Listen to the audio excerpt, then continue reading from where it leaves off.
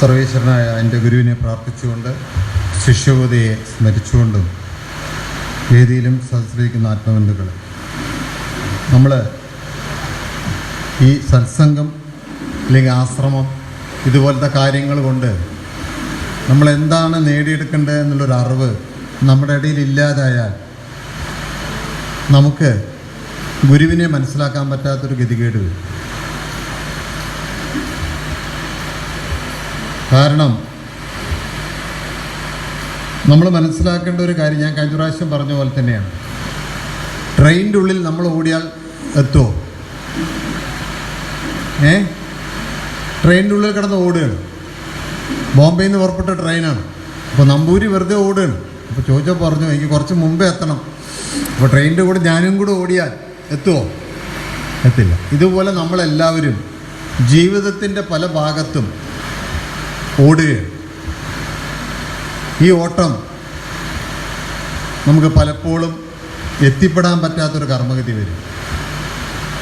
ഇതിൻ്റെ കാരണം മുമ്പ് പറഞ്ഞതുപോലെ, ഇവിടെ ആശംസകൾ പറഞ്ഞതുപോലെ നമ്മുടെ ജീവൻ ഏതെല്ലാം ജന്മത്തിലൂടെ കടന്നു വന്നിട്ടാണ് ഈ ജന്മത്തിൽ ഇങ്ങനെ ഒരു ശരീരം കിട്ടാൻ എന്ന് നമ്മൾ ചിന്തിക്കണം. ഇവിടെ ഗുരുവാണി വായിച്ചപ്പോൾ അതിനെക്കുറിച്ച് വളരെ വിശദമായി പറഞ്ഞിരുന്നു. ആരും കേട്ടില്ല. അന്നത്തെ ഗുരുവാണി ആരെങ്കിലും ശ്രദ്ധിച്ചോ? ഒന്ന് പറയാൻ പറ്റുമോ എന്താണ് ഗുരുവാണി?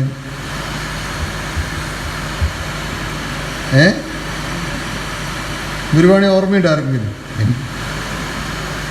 ഉണ്ടെങ്കിൽ പറയാം, ഞാൻ ചോദിച്ചത് മാത്രം.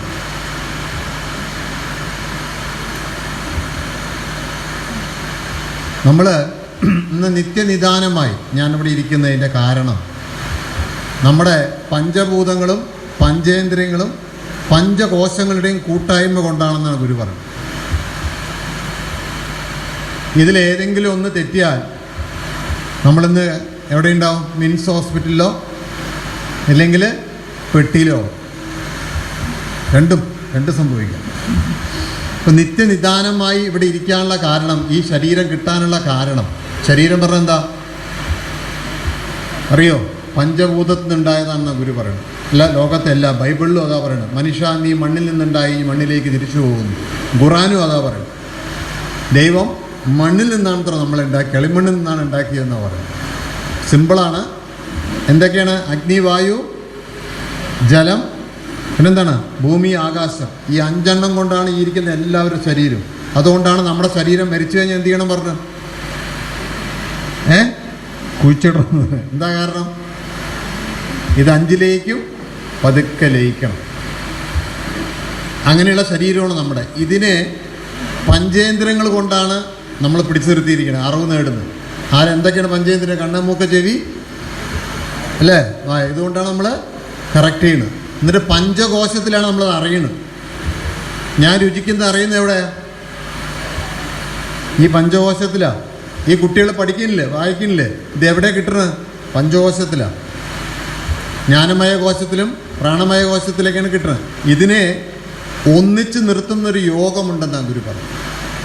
ഇതിനെയാണ് ഭാഗ്യം എന്ന് വിളിക്കുന്നത്. അതുകൊണ്ടാണ് ചിലവർക്ക് ഇവിടെ ഇരിക്കാൻ പറ്റും. ചിലവർ ഇവിടെ ആയിരിക്കില്ല, ഇവിടെ ഇരിക്കുന്നുണ്ടാവും. സാമ്പാറായോ പായസം കഴിയുമോ എന്നൊക്കെ ചിന്തയിലായിരിക്കും. വേറെ ചിലവർ വീട് പൂട്ടിയിട്ടുണ്ടോ, അല്ലേ? അങ്ങനത്തെ ചിന്തയിലായിരിക്കും. കാരണം ഇതൊരു യോഗമാണെന്ന് പറഞ്ഞു. ഈ 3 പിന്നെയും ഭാരതം പറയുന്ന കർമ്മേന്ദ്രിയങ്ങളും കൂടി ഉണ്ടെന്നാണ് പറഞ്ഞു. 5 കർമ്മേന്ദ്രിയങ്ങളും കൂടി ഉണ്ട്, അല്ലേ? കർമ്മം ചെയ്യാനുള്ള ഇന്ദ്രിയങ്ങളും കൂടി ചേർന്ന് ഇതിനെ പ്രവർത്തിപ്പിക്കുന്ന ഒരു യോഗമാണ് നമ്മുടെ ശരീരം. ഇതെല്ലാം കൂടി ഒപ്പം വർക്ക് ചെയ്യണം. ഇതിലേതെങ്കിലും ഒന്ന് വർക്ക് ചെയ്തിട്ടില്ലെങ്കിൽ നമ്മൾ തെറ്റും.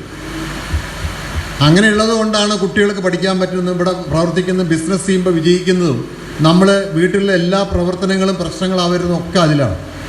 ഈ യോഗത്തെ അറിഞ്ഞ് പ്രവർത്തിക്കാനുള്ള അറിവ് ആശ്രമത്തിന് കിട്ടും. അല്ലെങ്കിൽ നിങ്ങൾ ആശ്രമത്തിൽ വന്നിട്ട് ഇതെന്താണെന്ന് മനസ്സിലാക്കാതിരുന്നാൽ നമ്മൾ കിടന്ന് കുഴയും. അതുകൊണ്ടാണ് പല ആൾക്കാരോടും ഗുരു ചിലപ്പോൾ പറയുന്ന കാര്യങ്ങൾ വിചിത്രമായിരിക്കും. M.Tech എല്ലാം കഴിഞ്ഞ് വന്ന ഒരാളോട് ഗുരു പറഞ്ഞു പോയിട്ട് നീ അങ്ങാടിക്കട പോയി പൊതിഞ്ഞു കൊടുക്കടാവോ. അദ്ദേഹം വായും പൊളിച്ചിട്ടാണ് നിൽക്കുന്നത്. എന്താ കാരണം? ഞാൻ M.Tech എന്നോട് എന്താ പറയണത്?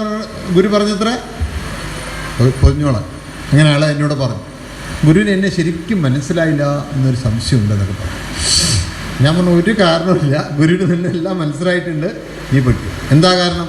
ആ ജീവൻ്റെ വശം കൊണ്ട് ഏത് യോഗമാണോ വരേണ്ടത് അത് ഗുരുവിനെ അറിയും. അതാണ് ഇപ്പോൾ ഡോക്ടർ സംസാരിച്ചപ്പോഴും പറഞ്ഞു. അപ്പോൾ ഈ യോഗം ഇതിനെല്ലാം പിടിച്ചു നിർത്തുന്നതിൻ്റെ കർമ്മത്തിൻ്റെ പൂർത്തീകരണം നമ്മുടെ ഗോത്രത്തിലാണ്. നമ്മുടെ അച്ഛൻ്റെ അച്ഛൻ്റെ അച്ഛനും അമ്മയുടെ അമ്മയുടെ അമ്മയുടെയും ചെയ്തു വെച്ചിട്ടുള്ള നന്മതിന്മകളിലാണ് ഈ യോഗം കിടക്കുന്നത്. അങ്ങനെ വരുമ്പോഴാണ് നിങ്ങളുടെ വീട്ടിൽ നിങ്ങൾക്ക് ഏതെങ്കിലും കാര്യങ്ങൾ ചെയ്യുമ്പോഴും പ്രവർത്തിക്കുമ്പോഴും നിങ്ങൾ സംസാരിക്കുമ്പോഴും കറക്റ്റ് ചെയ്യാൻ പറ്റും. ഇതില്ലെങ്കിൽ നമ്മൾ പറഞ്ഞ് മക്കൾ കേൾക്കുമോ? കേൾക്കില്ല. ആശ്രമത്തിൽ വന്നാലും നിങ്ങൾക്ക് ഒന്നിലും ശ്രദ്ധയുണ്ടാകും. ഇവിടെ ശാന്തി മഹിമക്കാരെ പോലെ എല്ലാ റൂം പോയി കിടന്നുറങ്ങും. ഒരു തെറ്റല്ല. അവരുടെ ആ യോഗമായി നിൽക്കുന്ന അവരെ കൊണ്ടുവന്നിട്ടുള്ള സാധനം അവരെ ഉറക്കും. എന്തിനാണ്? അവർ ഉറങ്ങിയാലേ അവർക്ക് രോഗം കൊടുക്കാൻ പറ്റുള്ളൂ. ആശ്രമത്തിൽ വന്ന് ഇങ്ങനെ കിടന്ന് ആരാധനാ സമയത്തും നമ്മൾ ഈ യോഗത്തിൻ്റെ കർമ്മത്തിൽ തെറ്റിച്ചിട്ട് നമ്മളെ കൊണ്ട് വീഴ്ത്തും. ഇവരെയാണ് യോഗീശ്വരന്മാരെന്ന് വിളിക്കുക ഗുരു. ഇവർ ഈ സൂക്ഷ്മത്തിൽ നിന്നുകൊണ്ടേയിരിക്കും. അതുകൊണ്ടാണ് ഗുരുവിൻ്റെ സങ്കല്പത്തിൽ ജനിച്ച കുട്ടികളെ വളരെ ശ്രദ്ധിക്കണം എന്ന് ഗുരു എപ്പോഴും പറയും. എന്താ കാരണം? ഇവർ എപ്പോഴും ആരെ ശ്രദ്ധിച്ചുകൊണ്ടിരിക്കും? ഈ കുട്ടികളെ ശ്രദ്ധിച്ചുകൊണ്ടേയിരിക്കും. അതുകൊണ്ടാണ് ഈ പൗർണമിക്ക് ജനിച്ച കുട്ടികൾ അതുപോലത്തെ കുട്ടികളെയൊക്കെ വളരെ ശ്രദ്ധാപൂർവം ഗുരു വളർത്തണം പറയും. ഗുരുവിൻ്റെ പ്രകാശം നിർത്തി വളർത്താൻ പറയും. ഇങ്ങനെ വളരുന്ന കുട്ടികളുടെ ഭാഗ്യമാണ് ഒരു ദേശത്തിൻ്റെ ഭാഗ്യമായി വരിക. അപ്പോൾ നോക്ക്, ഈ ലോകം തന്നെ എന്തൊരു ഗുരുതരാവസ്ഥയിലാണ്. നിങ്ങൾ ടി വിയൊക്കെ കണ്ട പേടിയാവും. ഇപ്പോഴും ഞാൻ ടി വി ഓൺ ചെയ്തിട്ട് ഞങ്ങൾ വരുമ്പോൾ പേടിച്ചിട്ടാവും. എന്താ കാരണം? മിസൈലുകൾ അങ്ങോട്ടും ഇങ്ങോട്ടും പൊയ്ക്കൊണ്ടിരിക്കുകയാണ്. ഇറാനിൽ നിന്ന് പോകുന്ന മിസൈലുകൾ ഒരു ഘട്ടത്ത്, ഇസ്രയേലിൽ നിന്ന് പോകുന്ന മിസൈലുകൾ വേറൊരു ഘട്ടത്ത്. ഇതിനിടയിൽ ഭയപ്പെട്ട് നമ്മളെപ്പോലെ രാജ്യങ്ങൾ, കാരണം നാളെ പെട്രോളിൻ്റെ വില എന്താവുമെന്ന് ആർക്കും പറയാൻ പറ്റും. ചിലപ്പോൾ അത് പടർന്ന് പന്തലിച്ചു കഴിഞ്ഞാൽ ഈ ലോകം വലിയൊരു ഗതികേടിലേക്ക് പോവുകയാണ്. ഈ ഗുരുതരാവസ്ഥ ഞാൻ പറഞ്ഞു. എന്താണ് ഗുരുതരാവസ്ഥ പറഞ്ഞത്? എന്താണ് ഗുരുതരാവസ്ഥ പറഞ്ഞത്? ഗുരു വിചാരിച്ചാൽ മാത്രം കിടക്കാൻ പറ്റുന്ന അവസ്ഥ അല്ലേ? നമ്മൾ പറയില്ല, ഒരാൾ ചാവാൻ കിടക്കുമ്പോൾ എന്താ പറയുക? ആൾ ഗുരുതരാവസ്ഥയിലാണ്. എന്താ അതിൻ്റെ അർത്ഥം? ഗുരു വിചാരിച്ചാൽ മാത്രമേ ഈ അവസ്ഥ കടന്നു പോകും. ഇന്ന് ലോകം വളരെ അപകടത്തിലാണ്. അപ്പോൾ ഇത് വരാനുള്ള കാരണം എന്നെന്താണെന്ന് നമ്മൾ ഗുരുവിൽ നിന്ന് അറിയുകയാണ്. ഇതൊരു ദേശത്തിൻ്റെയും ഒരു രാജ്യത്തിൻ്റെയും ഗതികേടാണ്. ആ രാജ്യത്തിൻ്റെ ഗതികേടിൽ നിന്ന് അത് പടർന്ന് പന്തലിച്ചാൽ ഇതെവിടെ ചെന്നെത്തുമെന്ന് നമുക്ക് പോലും പറയാൻ പറ്റില്ല. അതാണ് ഗുരു പറഞ്ഞത്, ഒരു സെക്കൻഡിൻ്റെ ഫ്രാക്ഷൻ ഓഫ് സെക്കൻഡോട് അവന് യുദ്ധം ഉണ്ടാക്കാൻ സാധിക്കും. ഇന്ത്യയുടെ തന്നെ വലിയ പ്രശ്നം നമ്മൾ തീർന്നുപോയ നമ്മുടെ പ്രാർത്ഥന കൊണ്ടാണ്. നമ്മൾ ആരുടെയും പക്ഷം ചേരുകയോ അല്ല, എന്നേക്കാൾ ഉപരി ശിശുബുദ്ധ പറഞ്ഞത്, എടാ സമാധാനത്തിൽ ജീവിക്കണം. നമുക്ക് ആനന്ദമാണ്, അവിടെ പോയി വീണു, അവിടെ അടിച്ചു തകർത്തു തരിപ്പണമാക്കി, ഒക്കെ ശരിയാണ്. പക്ഷേ അവിടെ ഉണ്ടാവുന്ന ഈ നന്മതിന്മകളുടെ ഗതികേട് നമ്മളെങ്ങനെ ബാധിക്കും? ഇത് ഒരു ഗുരുവിൽ നിന്ന് അറിയാൻ പറ്റും. ഇപ്പോൾ കുട്ടികളൊക്കെ ഇവിടെ പഠിച്ചുകൊണ്ടിരിക്കുന്ന മിക്ക കുട്ടികളിലും ഞാൻ കണ്ട ഒരു വലിയൊരു കാര്യം, അവർക്കൊക്കെ പണം ഉണ്ടാക്കണം.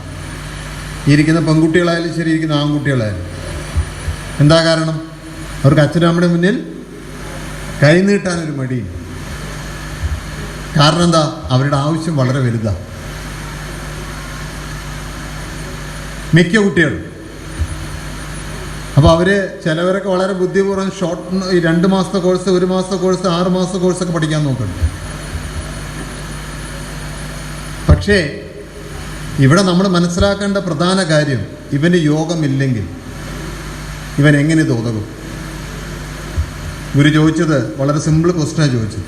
എന്താണ് ചോദിച്ചത്?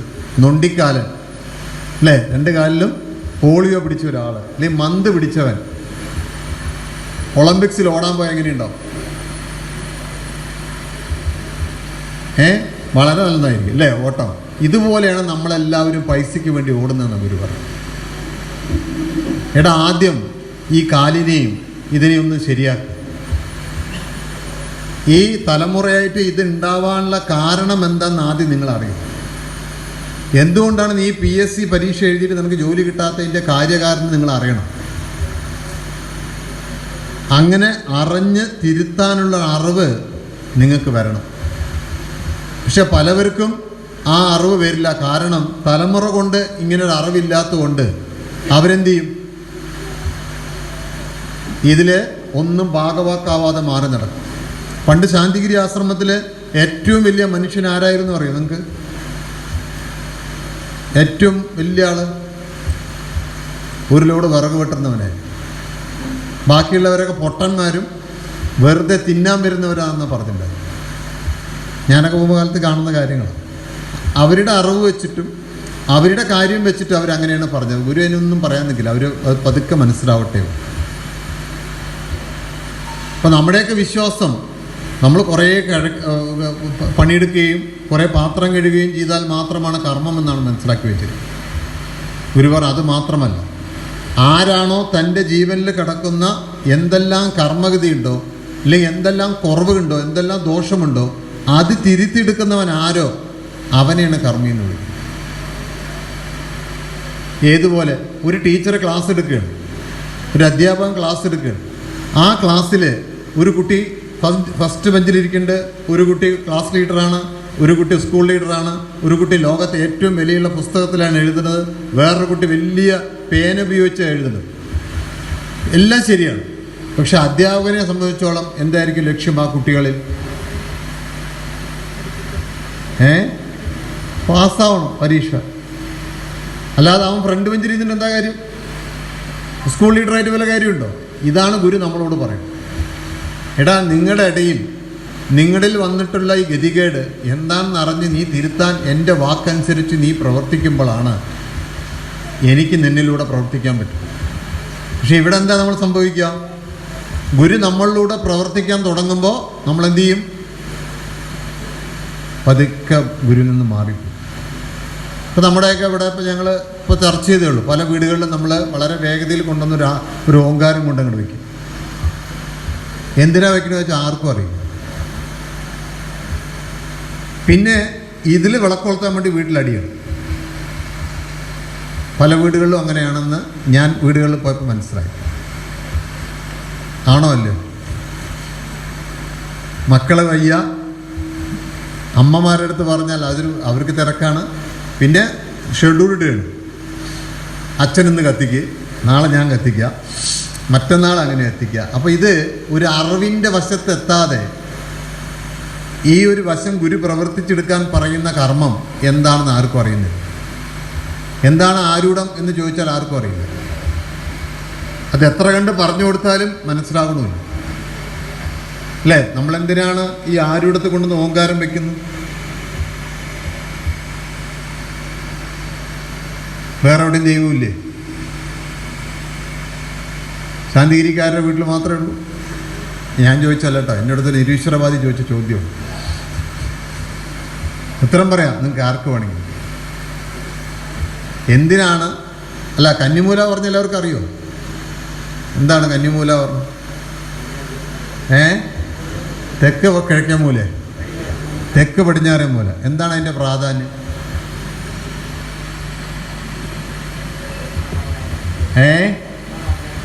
ഉറക്കെ പറയോ? ദേവസ്ഥാനോ? ദേവനായിട്ട് ഒരു ബന്ധം നമുക്കില്ല. ദേവസ്ഥാനം അവിടെയല്ല, കിഴക്ക് പടിഞ്ഞാറ് അല്ല, വടക്കിഴക്കേ മൂല ദേവസ്ഥാനം. അവിടെയാണ് അടുക്കള വയ്ക്കുക. എന്താണ്? ഞാനതാ എന്താണ് ഈ കുട്ടികൾ എന്നോട് ചോദിച്ച ചോദ്യമാണിത്. ഇത് കൊണ്ടുവച്ചിട്ട് ഞങ്ങൾക്ക് ഉപദ്രവമാണ്. അച്ഛനും അമ്മയും കൊണ്ട് പഠിക്കാനും വിടില്ല. കുളിച്ചിട്ട് 5-4 മണിയാകുമ്പോൾ കുളിപ്പിച്ച് ഞങ്ങൾ കൂടെ വിളക്ക് വയ്പ്പിക്കുക. അവരുടെ ആരോ മരിച്ചു എന്ന് പറഞ്ഞ് ഞങ്ങൾക്ക് പണി തരികയാണ്. മാഷൊക്കെ പറയേണ്ടതാണ്. അതുകൊണ്ട് മകനെ പിടിച്ച് ഇവിടെ നിർത്തിയിരിക്കുക ഞങ്ങൾ. അല്ല, എന്താണ് കന്നിമൂല? വേഗം പറഞ്ഞായിരുന്നു. വീട്ടിൽ ഐശ്വര്യം വരെ കന്നിമൂലമാണോ? ഗുരുസ്ഥാനം കന്നിമൂലയാണ്. ഗുരു ഇല്ലാത്ത സ്ഥാനം പറയും. എവിടെയെങ്കിലും ഗുരു ഇല്ലാത്തതുണ്ടെങ്കിൽ ഒന്ന് പറഞ്ഞു തരും. ഇതിപ്പോൾ ഗുരുനാനാക്കിനോട് പറഞ്ഞ പോലെ അല്ലേ, ദൈവമില്ലാത്ത അവിടേക്ക് എൻ്റെ കാല് മാറ്റി വെച്ചോളാൻ പറഞ്ഞു. എവിടേക്ക് മാറ്റി വയ്ക്കും? ഇതാണ് പറഞ്ഞത്, നമ്മൾ അടിസ്ഥാനപരമായ കാര്യങ്ങൾ പഠിക്കാതിരുന്നാൽ ഇതെന്തോ ഒരു സാധനമാണ് കൊണ്ട് വീട്ടിൽ കൊണ്ട് വയ്ക്കുകയാണ്. അവസാനം ഇത് കുട്ടികളിൽ ഭയമുണ്ടാക്കി അവർക്കിതെന്താണെന്ന് മനസ്സിലാവില്ല. അവസാനം ഇതെങ്ങനെയൊന്ന് സ്വാമിയൊന്ന് എടുത്തുകൊണ്ട് പോയി വയ്ക്കുന്നുണ്ട് പല വീട്ടിലും. ഇപ്പോഴല്ല, നിങ്ങളുടെ 2 പേരക്കുട്ടികളാണ്. താല്പര്യം എന്താണ് ഈ പറഞ്ഞതാ, നിനക്ക് ഞാനത് പറഞ്ഞു തന്നുണ്ട്.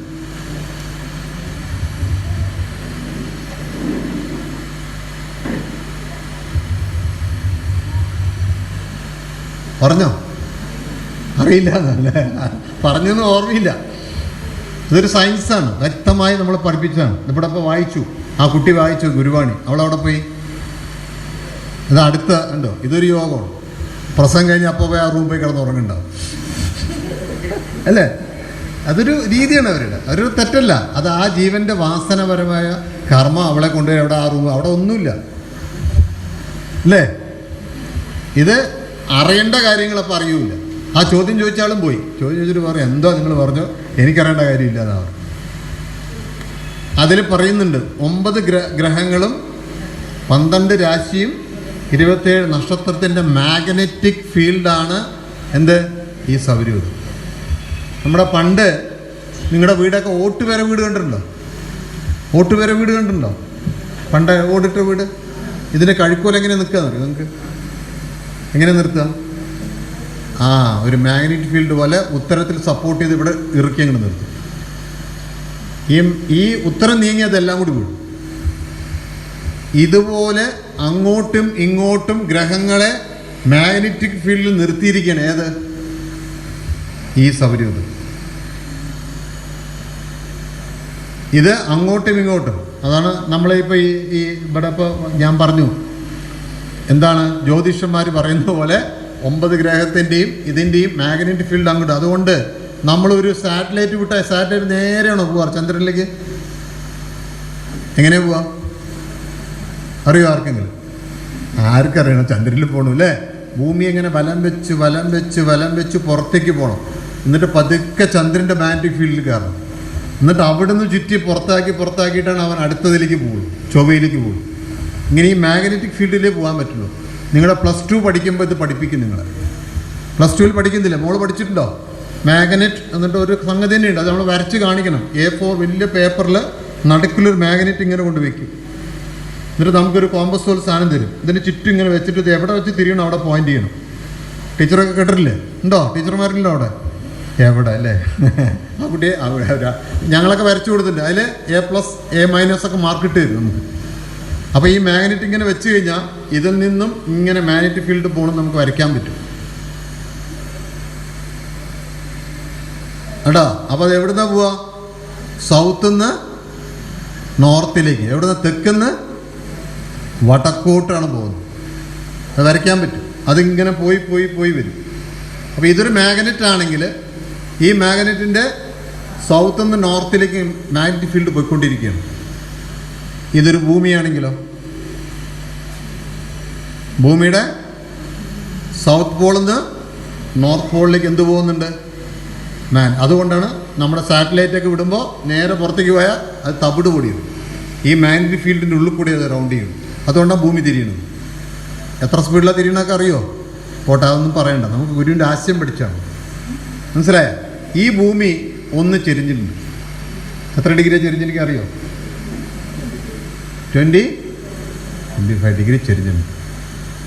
അപ്പോൾ മാഗ്നറ്റ് ചെരിഞ്ഞു. അപ്പോൾ എന്തായി? നോർത്ത് ഈസ്റ്റിലേക്കാണ് ചെരിഞ്ഞിരിക്കുന്നത്. ഇവിടെയോ സൗത്ത് വെസ്റ്റ് എന്ന് വെച്ചാൽ മലയാളത്തിൽ പറഞ്ഞാൽ പടിഞ്ഞാറ് തെക്കേ മൂലയ്ക്കും ചെരിഞ്ഞിട്ടുണ്ട്, കിഴക്ക് വടക്കേ മൂലയിലേക്കും ഭൂമി ഒന്ന് ചെരിഞ്ഞിട്ടുണ്ട്. ഭൂമിയിലിരിക്കുന്ന നമ്മളെന്ത് ചെയ്യും? ചെരിയാതിരിക്കാൻ പറ്റുമോ? ഭൂമി ചെരിഞ്ഞോട്ടെ, എനിക്ക് അതിൽ പ്രശ്നമില്ല എന്ന് പറയാൻ പറ്റുമോ? അപ്പോൾ എൻ്റെ വീട് വെച്ചപ്പോൾ ഈ ഭൂമിയിലുള്ള വീട്ടിൽ എൻ്റെ മാഗ്നറ്റിക് ഫീൽഡ് എങ്ങനെ പോകുന്നു? എൻ്റെ വീട്ടിൻ്റെ മാഗ്നറ്റിക് ഫീൽഡ് വടക്ക് കിഴക്കിലൂടെ എവിടേക്കാണ് വരുന്നത്? തെക്ക് പടിഞ്ഞാറിലേക്ക് വരുന്നു. ഈ മാഗ്നറ്റിക് ഫീൽഡിനെ കറക്റ്റ് ചെയ്യാനാണ് ഗുരു എന്ത് തന്നത്? കന്നിമൂലയിൽ എനർജി ഡെവലപ്പ് ചെയ്യാൻ പറഞ്ഞു നിങ്ങളോട്. ഇതിന് പകരം നിങ്ങൾ എന്തൊക്കെയാണ് പറഞ്ഞത്? ബ്രഹ്മസ്ഥാനം, ദേവസ്ഥാനം, ഗുരുസ്ഥാനം, പണം വരുന്ന സ്ഥാനം, എന്തൊക്കെയോ പറയുന്നു. ഇവിടെ ഈ എനർജി ഡെവലപ്പ് ആയിട്ടില്ലെങ്കിൽ നമ്മുടെ വീട്ടിലേക്കുള്ള എനർജി എന്ത് സംഭവിക്കും? കൂടില്ല. അപ്പോൾ ആ വീട്ടിൽ നമ്മൾ കയറുമ്പോൾ എന്ത് സംഭവിക്കും? നമുക്കൊരു എനർജി എൻ്റെ ശരീരത്തിൽ അതേപോലെ പോകുന്നുണ്ട് ഇല്ലേ? നിങ്ങൾ കുമ്പ് കൊടുക്കുമ്പോൾ ഒരു റിബൺ ഇടണുണ്ടല്ലോ, അങ്ങനെ എന്തിനാ ഇടണം? പട്ടന്മാർ പൂന്നൂലിടണുണ്ടല്ലോ, എന്തിനാ ഇടണം? ആർക്കറിയാം, അത് തരയിടാൻ പറഞ്ഞ് നമ്മളിട്ടു ഞാനിങ്ങനെ എണീച്ച് നിന്നാൽ എൻ്റെ തല നോർത്താണ്. ഭൂമിയിൽ ആര് എണീച്ച് നിന്നാലും, ഭൂമിയിൽ നിന്ന് എണീച്ച് നിന്നാൽ എന്താവും? നോർത്താണ് അല്ലേ? ഇത് നോർത്താണെങ്കിൽ ഓട്ടോമാറ്റിക്കായിട്ട് എന്ത് സംഭവിക്കും? കിഴക്കെന്തായി മാർക്കായി, സൗത്ത് താഴെയാണ്. ആണോ അല്ലേ? അല്ലേ? അപ്പോൾ സൗത്ത് ആണെങ്കിൽ എൻ്റെ വെസ്റ്റ് ഈ ഭാഗമാണ്, കിഴക്ക് ഈ ഭാഗമാണ്. ഞാൻ എന്ത് ചെയ്യുന്നു? ഇങ്ങനെ ഒരു റിബൺ ഇടുന്നു, ഈ മാഗ്നറ്റിക് ഫീൽഡിനെ കറക്റ്റ് ചെയ്യാനാണ്. ഇത് ഊർജമാണ്. ഇത് നൂർത്തണമെന്നാണ് ഗുരു പറഞ്ഞിരിക്കുന്നത്. ആരെ കൊണ്ടേ പറ്റുള്ളൂ? നിങ്ങളുടെ തലമുറ കൊണ്ട്. അപ്പോൾ 3-2 പോയിട്ട് കറക്റ്റായിട്ട് വെള്ളവും കരയും ഒപ്പത്തിനൊപ്പമാകുമ്പോൾ ഇത്രയും വലിയ കാര്യം ആര് ചെയ്യണം? ആരാ ചെയ്യണ്ടേ? നമ്മളെ ഉത്തരവാദിത്തപ്പെടുത്തിയിരിക്കണം ഗുരു. അപ്പോഴാണ് ശാന്തിമോഹക്കാർ അവിടെ പോയി കിടന്ന് ഉറങ്ങണം. എന്തോ ആയി തൊലയട്ടെ, സ്വാമിക്ക് വേറെ പണിയൊന്നുമില്ല. അയാൾക്ക് 12 ആകുമ്പോൾ ഭ്രാന്തിളകും. അയാൾ കൂടും ചാപ്പാടും കിട്ടില്ല. ഒരാൾ വന്ന് പറഞ്ഞേ, സ്വാമി ഭയങ്കര വിശപ്പ്, ഷുഗറിലൊക്കെ ഉണ്ട്, ഭയങ്കര പ്രശ്നമാണ് സ്വാമി, ഒന്ന് പെട്ടെന്ന് ഈ കാര്യം. ഇതാണ് നമ്മുടെ വീട്ടിൽ കന്നിമൂലയിൽ നിന്നും ദേവസ്ഥാനം എന്ന് ഇദ്ദേഹം പറഞ്ഞില്ലേ? എന്താണ്? കിഴക്ക് വടക്ക് സ്ഥലം. അവിടെ നമ്മൾ എന്ത് വയ്ക്കുക? കിഴക്ക് വടക്കേ മൂലയിൽ എന്താ വയ്ക്കുക? അടുക്കള. എന്താ അതിൻ്റെ കാരണം? അവിടെയും ഊർജത്തിൻ്റെ മാറ്റം വരുന്ന അവിടെ എന്ത് ചെയ്യണം? നമ്മൾ ആഹാരം പാചകം ചെയ്യണം. ഇവിടെ എന്താ ചെയ്യണം? ഈ എനർജീനെ ഗുരുവിൻ്റെ പ്രകാശം കൊണ്ട്, അല്ലെങ്കിൽ ഗുരു തന്നിട്ടുള്ള ആ ഒരു കർമ്മത്തെ വീട്ടിൽ കൊണ്ടുവരിലൂടെ ഇതാണ്. അവിടെ ചിലർ ബാത്റൂം കിട്ടിയവരുണ്ട്. കണ്ണൂരിലെ മിക്ക വീട്ടിലും ബാത്റൂമാണ്, പഴയ വീട്ടിലൊക്കെ. എന്താ വെച്ചാൽ ഇവിടെ ആദ്യം കുറ്റിയെടുക്കുക, അവിടെ ആദ്യം കക്കൂസിൻ്റെ കുഴി കുത്താൻ പറയുന്നത് ആര്? ഇവിടുത്തെ ആശാരിമാർ. എന്താണ്? നിങ്ങളുടെ കുടുംബം ആസ്തുവായി പോട്ടെ എന്ന് പറഞ്ഞു. ഞാൻ പറഞ്ഞല്ലോ, ഞാൻ പോയ എത്രയോ വീട്ടിൽ ഞാൻ കാണിച്ചു കൊടുത്തത്. അവരൊക്കെ ശിശുഭവനത്തിൽ പോയി മാറ്റാൻ പറഞ്ഞു. പക്ഷെ മാറ്റാൻ എന്താ പറ്റില്ല? ഉണ്ടാവുമോ? ജോർജ് കുട്ടി ഉണ്ടാവുമോ? ജോർജ് കുട്ടി അവരെ വീട്ടിൽ നിന്ന് ഇറങ്ങി ഓടിയിരിക്കുകയാണ്. ഒറ്റ പൈസ ഉണ്ടാവില്ല കയ്യിൽ. അപ്പോൾ ശിശുപിത പറഞ്ഞു, ധൃതി കൂട്ടണ്ട, പതുക്കെ പതുക്കെ പതുക്കെ ചെയ്താൽ മതി. അപ്പോൾ അവിടെ താണു കിടക്കാനും പാടില്ല. അപ്പം നമ്മുടെ ഈ ആശ്രമത്തിൻ്റെ ഒരു പ്രധാന കാര്യം എന്താ? നമ്മുടെ കന്നിമൂല എങ്ങനെയാണ് കിടക്കുന്നത്? ഈ ആശ്രമത്തിൻ്റെ താണിട കിടക്കണം. അതുകൊണ്ട് നമ്മൾ ഉറക്കെ നല്ല പ്രാർത്ഥിക്കണം എന്ന് പറയും. നമ്മുടെ തിരുവനന്തപുരം ആശ്രമത്തിൻ്റെ എങ്ങനെയായിരുന്നു അറിയോ ആർക്കെങ്കിലും? അല്ലേ? ആദ്യകാലങ്ങളിൽ അവിടെ ആയിരുന്നു നമ്മുടെ ഗസ്റ്റ് ഹൗസ്. അവിടെ റൂം കിട്ടുക എന്നൊക്കെ പറഞ്ഞാൽ VIP ആയിരുന്നു. പിന്നെ സഹകരണ മന്ദിര സമർപ്പണ സമയത്താണ് ഗുരു പറഞ്ഞത് അത് പൊക്കണം, അതൊക്കെ പൊളിച്ചു നീക്കി. നമ്മൾ ഒരു സുപ്രഭാതം കൊണ്ടാണ് അവിടെ കരിങ്കല് കെട്ടി പൊക്കിയത്. അപ്പോൾ ഇതെല്ലാം നമ്മൾ മനസ്സിലാക്കേണ്ടത് പ്യുവർ എനർജി ലെവലിംഗ് ആണ് ഗുരു ചെയ്തിരിക്കുന്നത്. അവിടെ ഗുരുവിൻ്റെ പ്രകാശവും സങ്കല്പവും കൂടി നമുക്ക് തരികയാണ്. അപ്പോൾ ഇരട്ടി സ്പീഡാവും. അപ്പോൾ നിങ്ങളുടെ ദേശത്ത് ഇതുപോലെ യുദ്ധങ്ങളോ ഇതുപോലത്തെ ഗതികേടുകളോ ഒരു ബോംബോ വരുമ്പോൾ, അല്ലേ? നമ്മുടെ കൊച്ചി കൊണ്ടുവന്ന് ബോംബിട്ടിട്ടുണ്ട്, അറിയോ? ഇപ്പോഴും അവിടെ കിടക്കുന്നുണ്ടെന്നാണ് പറയുന്നത്. പൊട്ടിയിട്ടില്ല, എടുക്കാനും പറ്റില്ല, ആർക്കും ധൈര്യമില്ല എടുക്കാൻ. കൊച്ചി പോർട്ടിൻ്റെ അടുത്തുണ്ട് സാധനം. എന്താ പൊട്ടാത്തത്? കാരണം ഗുരു പറഞ്ഞു അല്ലേ? അതിനെ ആ സ്ഥലത്ത് അത് പൊട്ടണമെങ്കിൽ അതിൻ്റെ ദൂരെങ്കിൽ അതിൻ്റെ ഗതികേട് അനുഭവിക്കാനുള്ള മക്കൾ ഇവിടെ ഉണ്ടായിരിക്കണം. ആ മക്കളില്ലാത്ത ഭാഗ്യമുണ്ടെങ്കിൽ ഇത് പൊട്ടില്ല. അതുകൊണ്ടാണ് പ്രയാഗ് സ്വാമിജി എന്ന് പറഞ്ഞ ആൾ പറഞ്ഞിട്ട് ആശ്രമത്തിൽ കയറിയിട്ട് പറഞ്ഞു, അയാൾ പിരമിഡിൻ്റെ ഉള്ളിൽ ഇരുന്ന് തപസ് ചെയ്യുന്ന ആളാണ്. 41 ദിവസം ആഹാരമൊന്നും കഴിക്കില്ല, അതിൻ്റെ ഉള്ളിൽ നിന്ന് വരില്ല, പിരമിഡിൻ്റെ ഉള്ളിൽ നിന്ന് ഇറങ്ങുമില്ല. അതുപോലൊരു സ്ഥാനം ഉണ്ടാക്കി. നിങ്ങൾ പോയാൽ കാണാം, കോയമ്പത്തൂരൊക്കെ ഉണ്ട്. അവരുടെ പുറത്തിറങ്ങില്ല അവർ. ആ 41 ദിവസം അതിൻ്റെ ഉള്ളിൽ തന്നെയാണ്. അദ്ദേഹം പറഞ്ഞത് ഇവിടെ ഒരു ബോംബിട്ടാൽ പൊട്ടില്ലാവോ? എവിടെ? ശാന്തിഗിരി ആശ്രമത്തിൽ കയറി വന്നിട്ട് അദ്ദേഹം പറഞ്ഞത് ഒരു ബോംബിട്ടാൽ എന്ത് സംഭവിക്കില്ല? അവിടെ പൊട്ടില്ല. എന്താ കാരണം? അത്രയും അണുക്കളാൽ ഇത് ഇതായിരിക്കും പ്രാർത്ഥന കൊണ്ട്. ഇതുപോലെ നമ്മുടെ വീടിനെയും നമ്മൾ എന്ത് ചെയ്യണം? ഇങ്ങനെ പ്രാർത്ഥിച്ച് അതിനെ സ്ട്രോങ് ആക്കണം. അപ്പോഴാണ് നമ്മുടെ വീട്ടിൽ ശാന്തിയും സമാധാനവും, ആ ദേശത്തിന് മൊത്തം ശാന്തിയും സമാധാനം കൊടുക്കാൻ പറ്റും. ഇത് അറിയാനാണ് എവിടെ വരേണ്ടത്? ആശ്രമത്തിൽ വരേണ്ടത്, നിൽക്കേണ്ടത്. ഇവിടെ വന്നിട്ട് നമ്മൾ അവിടെ ഇരിക്കാൻ പാടില്ല, ഇവിടെ നിൽക്കാൻ പാടില്ല എന്നല്ല വീട്ടിൽ പഠിക്കേണ്ടത്. അത് വേറെ കാര്യം. നമ്മൾ ഇവിടുന്ന് പഠിക്കേണ്ട ചിട്ടകളും ചര്യകളും വേറെ. ഇത് നമ്മൾ മനസ്സിലാക്കിയിട്ട് ജീവിതത്തിൽ നമ്മളത് മുന്നോട്ട് കൊണ്ടുപോകണം. അപ്പോഴാണ് നമ്മുടെ ഈ യോഗം എന്താണ്, ഈ പഞ്ചേന്ദ്രിയങ്ങളും പഞ്ചകോശങ്ങളും മായിട്ടുള്ള ഈ യോഗം വർക്ക് ചെയ്യാൻ തുടങ്ങുള്ളൂ. അപ്പോഴാണ് നമ്മുടെ കുടുംബത്തിന് യോഗം വരുന്നത്. അല്ലാതെ നമ്മൾ വെറുതെ പറയാം അവൻ ഭയങ്കര യോഗമുള്ളവൻ, അവൻ്റെ യോഗ എന്നൊക്കെ പറയും. എന്താണ്? അവനൊരു കാറ് പൂമ കാണാനിട്ടോ അല്ലെങ്കിൽ അവൻ്റെ സമ്പത്ത് വേണ്ടിയിട്ട് നമ്മൾ പറയുന്നു. യഥാർത്ഥ യോഗം എന്താ?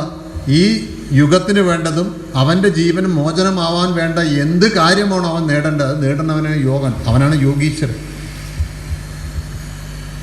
ഇത് നേടാനുള്ള അറിവ് നമുക്ക് നേടണം. ഇതിനാണ് ആശ്രമത്തിൽ വരേണ്ടത്. അങ്ങനെ ഗുരുവിനോട് ചോദിച്ചും അറിഞ്ഞും തിരുത്തി മുന്നോട്ട് പോകണം. അതിന് പകരം നമ്മളെന്താ ചെയ്യുക? അറിയാതെ ചെയ്തു പോയി അല്ലേ?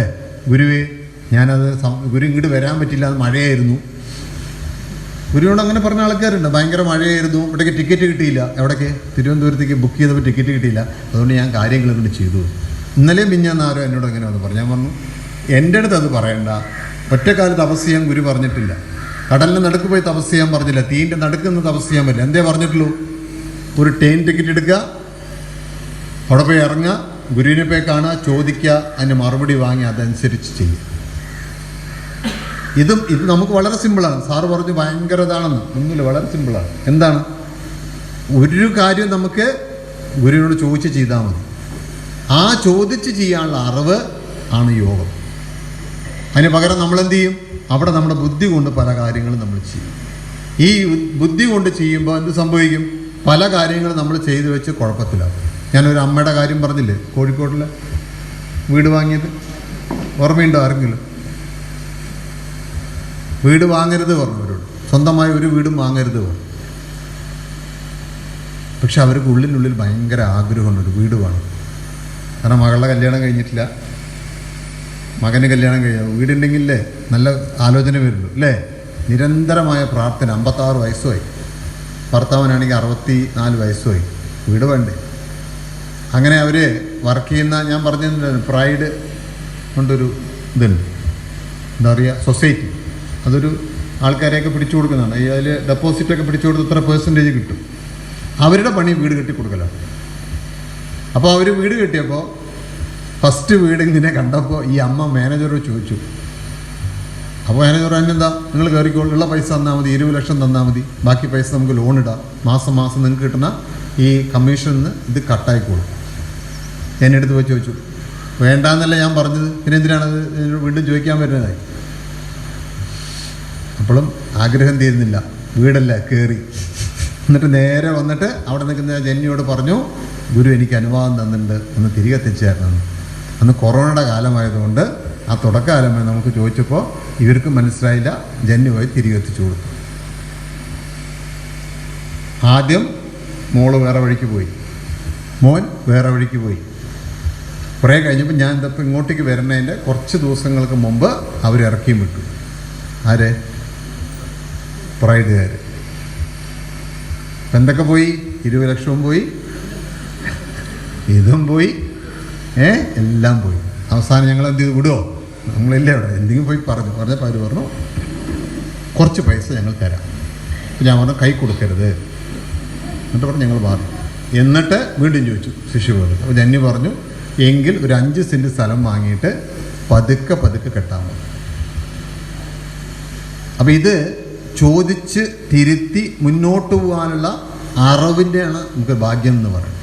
ഈ ഭാഗ്യമില്ലാത്ത കുറേ ആൾക്കാർ നമ്മളുണ്ട്. ചിലപ്പോൾ നമ്മൾ ചോദിച്ച് ചെയ്യുന്ന പല കാര്യങ്ങളും നമ്മുടെ ജീവിതത്തിൽ തിരിച്ചടിയായിട്ടും വരാറുണ്ട്.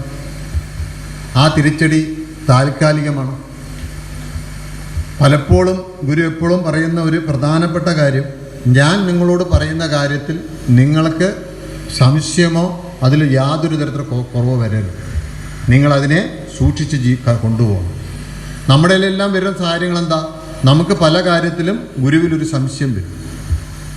മാത്രമല്ല നമ്മുടെ ഏറ്റവും വലിയ പ്രശ്നം എന്താ പറഞ്ഞാൽ നമ്മുടെ ജീവന് ഒതകാത്ത കാര്യങ്ങൾ നമ്മൾ ആഗ്രഹിക്കുകയും ചെയ്യും. നമുക്ക് ഒതകുന്ന ആഗ്രഹിച്ചാൽ നല്ലതാണ്. നമുക്ക് ഒരിക്കലും ഒതകാത്ത കാര്യങ്ങൾ നമുക്ക് ആഗ്രഹിക്കാൻ തുടങ്ങണം. കാരണം ഈ പ്രസ്ഥാനത്തിൻ്റെ ധർമ്മത്തിൽ നമ്മൾ വരുമ്പോൾ നമുക്ക് കിട്ടുന്ന ചില യോഗങ്ങൾ ഭാഗ്യം കൊണ്ട് നമുക്ക് പലതും അങ്ങനെ ആഗ്രഹിക്കേണ്ടി വരും. ഇത് അപകടമാണ്. അതുകൊണ്ടാണ് ഗുരു എപ്പോഴും ഗൃഹസ്ഥാശ്രമിയോട് എപ്പോഴും പറയുന്നത്, ഒരു കാലഘട്ടം വരെ നിങ്ങൾ ജീവിച്ചിട്ട് നിങ്ങൾ എന്ത് ചെയ്യണം?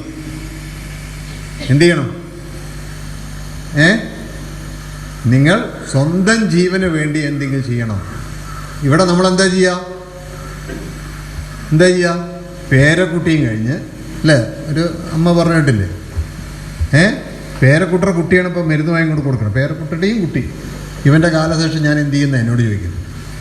പേരക്കുട്ടറെ കുട്ടിയാണ് മെഡിസിൻ വാങ്ങി കൊണ്ട് കൊടുക്കണത്, ആ കുട്ടറെ കാലശേഷം എൻ്റെ കാര്യം ആര് നോക്കുന്ന ചോദിക്കുന്നു. അപ്പോൾ അവരുടെ ആഗ്രഹം എത്ര കിടക്കണമെന്ന് അവർക്ക് ഈ ജീവൻ എവിടം കൊണ്ടുപോയി നിൽക്കും? ഇവിടെ സ്വന്തം ജീവന് വേണ്ട എന്താണോ നേടേണ്ടത് അത് ഗുരു പറഞ്ഞു തന്നിട്ടുണ്ട്. അപ്പോൾ അതിൻ്റെ പിന്നിൽ നിന്നുകൊണ്ട് പ്രവർത്തിക്കാനുള്ള അറിവ് നമ്മുടെ ജീവനിൽ യോഗമായി വരാത്തോളം കാലം നമ്മൾ ശാന്തിമേന്മക്കാരെ പോലെ കിടന്നുറങ്ങും. അല്ലെങ്കിൽ ആ മോള് പറഞ്ഞ പോലെ ആശ്രമത്തിലേക്ക് വരാൻ പറ്റാതെയാവും. അല്ലെങ്കിൽ നമ്മൾ എന്ത് ചെയ്യുക, ഇവിടെ വന്നിട്ട് നമുക്ക് പ്രവർത്തിച്ച് മുന്നോട്ട് പോകാൻ പറ്റാത്ത കാര്യം. ഇല്ലെങ്കിൽ ഇവിടെ ആരെങ്കിലും ഒരാൾ നമ്മളെ ചീത്ത പറഞ്ഞാൽ ആ പേരും പറഞ്ഞ് ആശ്രമത്തിൽ വരാമെന്ന്. ഇതിനെല്ലാം മാറ്റിയെടുക്കണമെങ്കിൽ നമ്മൾ എപ്പോഴും ഗുരുവിൻ്റെ കൂടെ യാത്ര ചെയ്യണം. അതിനാണ് ഗുരു നമുക്ക് ആരാധനാലയവും പ്രാർത്ഥനയൊക്കെ തരുന്നത്. എന്തിനാണ് ഒരു ആശ്രമത്തിൽ വലുത് കിട്ടണമെന്നൊരു നിരീശ്വരവാദിയായ കുട്ടി എന്നോട് ചോദിച്ചു. ഈ ആശ്രമത്തിനെ കുറിച്ച് എന്നോട് ചോദിച്ചു. ഈ 2 കോടി കൊണ്ട് ഒരു 20 പേർക്ക് വീട് കെട്ടി കൊടുത്തുകൂടെ ചോദിച്ചു. അല്ലേ, നമ്മളെത്ര 2 കോടി ചിലവാക്കിയെന്ന് പറഞ്ഞപ്പോൾ ഒരു 10 ലക്ഷം രൂപ വെച്ചിട്ട് 20 പേർക്ക് വീട് കെട്ടി കൊടുത്തിരുന്നെങ്കിൽ ആ 20 പേര് സുഖമായി ജീവിക്കില്ലേ ചോദിച്ചു. ഞാൻ പറഞ്ഞു വളരെ കറക്റ്റാണ്, അങ്ങനെയാണ് ചെയ്യേണ്ടത്. പക്ഷെ എൻ്റെ ഗുരു ഞങ്ങളെ പഠിപ്പിച്ചിരിക്കുന്ന ഈ ആലയം കൊണ്ട് 20 200 പേരും ഇവിടെ വീടുള്ളവരായി മാറണം. അങ്ങനെ ഭാഗ്യമുള്ള മക്കൾ ജനിക്കാൻ വേണ്ട ആലയമാണത്. അല്ല, നിന്നെ പോലെ ദരിദ്രനായി ജനിച്ചിട്ട് വീടിന് വേണ്ടി മറ്റവൻ്റെ മുമ്പിൽ യാചിക്കുന്നവനല്ല ഞങ്ങളുടെ ഗുരു ഞങ്ങളെ പഠിപ്പിച്ച്. ഞങ്ങൾക്ക് ജനിക്കുന്ന ഓരോ മക്കളും എന്തായിരിക്കണം? 10 പേർക്ക് വീട് കെട്ടിക്കൊടുക്കാനുള്ള ഭാഗ്യമുള്ളവനാണ്. അല്ലാതെ മറ്റേ ധർമ്മപുത്രരുടെ കഥ പറഞ്ഞ പോലെ ആവരുത്. ധർമ്മപുത്ര കഥ പറഞ്ഞ് നിങ്ങൾ കേട്ടിട്ടുണ്ടോ? യുദ്ധം കഴിഞ്ഞിട്ട് ധർമ്മപുത്ര രാജ്യം ഏറ്റെടുത്തു. അപ്പോൾ ഭീമനാണ് ഈ വെൽഫെയർ ഏൽപ്പിച്ചത്. അപ്പോൾ ഇവരെന്ത് ചെയ്തു? കഞ്ഞിപ്പുരകൾ വെച്ചു. കഞ്ഞിപ്പുര എന്ന് കേട്ടിട്ടുണ്ടോ? ഈ നമ്മൾ ഈ സത്രം എന്നൊക്കെ പറയില്ലേ, അത് വെച്ചിട്ട് അവിടെ ആഹാരം കൊടുക്കും. പിന്നെ ഈ കൃഷി ചെയ്യാനുള്ള ലോണ് കൊടുക്കും.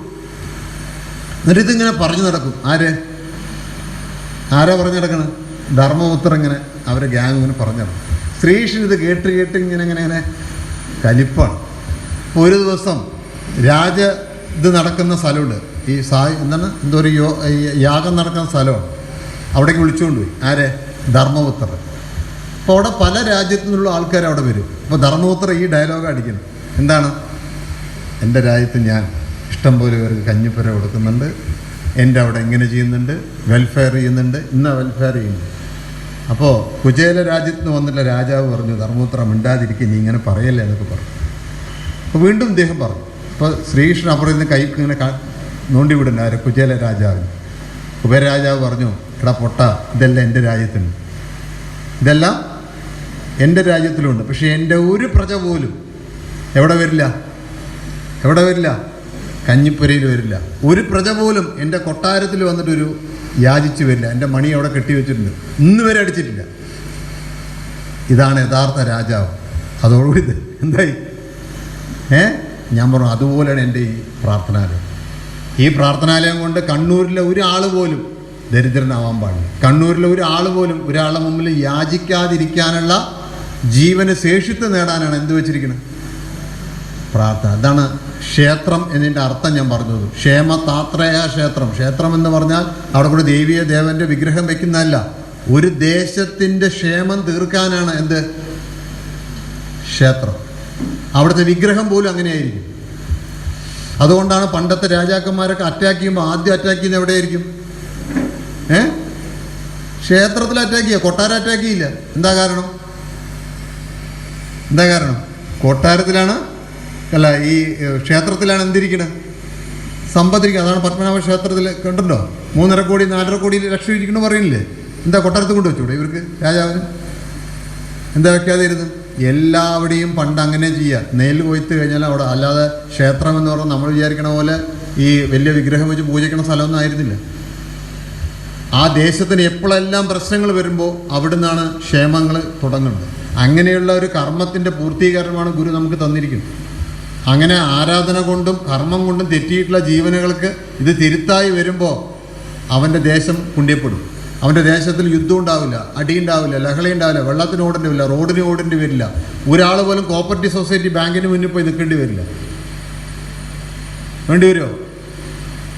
എല്ലാവരുടെയും ദേഹത്ത് സ്വർണ്ണം ഉണ്ടാവും. അല്ലെങ്കിൽ ഇപ്പോൾ കോപ്പറേറ്റീവ് ബാങ്കിലാണ് എല്ലാ സ്വർണ്ണം ഇരിക്കുന്നത് എല്ലാവരും. അല്ല, കുട്ടനൊന്നും പണിയില്ലാതെ ആവും. നമ്മുടെ കുട്ടനില്ലേ, നമ്മുടെ അല്ലേ കുട്ടനെ പറഞ്ഞാൽ ബാങ്കിൽ ഈ ഉരച്ചു നോക്കുന്നതാണ് ആളിൻ്റെ പറ്റിയളവില്ല. ബാക്കിയുള്ളവൻ്റെ സാധനം അവിടെ കൊണ്ടുവയ്ക്കുമോ? ഇല്ല. അവൻ്റെ സ്വർണ്ണം അവൻ്റെ വീട്ടിലിരിക്കും. ഇതിപ്പോൾ എല്ലാവരുടെയും സ്വർണ്ണം കല്യാണം കഴിഞ്ഞാൽ 3-ാം ദിവസം അവിടെ എത്തും. കോപ്പറേറ്റീവ് ബാങ്കിലുണ്ടാവും. റോൾഡ് ഗോൾഡാണ് കൂടുതൽ നമ്മുടെ കയ്യിൽ ഉണ്ടാവുക. എന്താ കാരണം? ഈ യോഗത്തിൻ്റെ ഗതികേട് മനസ്സിലാക്കാത്തത് കൊണ്ടാണ്. ഇത് മനസ്സിലാക്കിയവൻ്റെ ഒരുത്തിനും പോവില്ല. ആ ഗുരു എഴുതി തന്നാണ്. എന്നിട്ട് ആ ഗുരു പറഞ്ഞു, ഈ പ്രാർത്ഥന അങ്ങനെ കിട്ടിയതാടാ. നമ്മുടെ അഖണ്ഡനാമം ആരെഴുതിണ്ടാക്കിയതാ? ആരെഴുതിണ്ടാക്കിയത് നമ്മുടെ പ്രാർത്ഥന?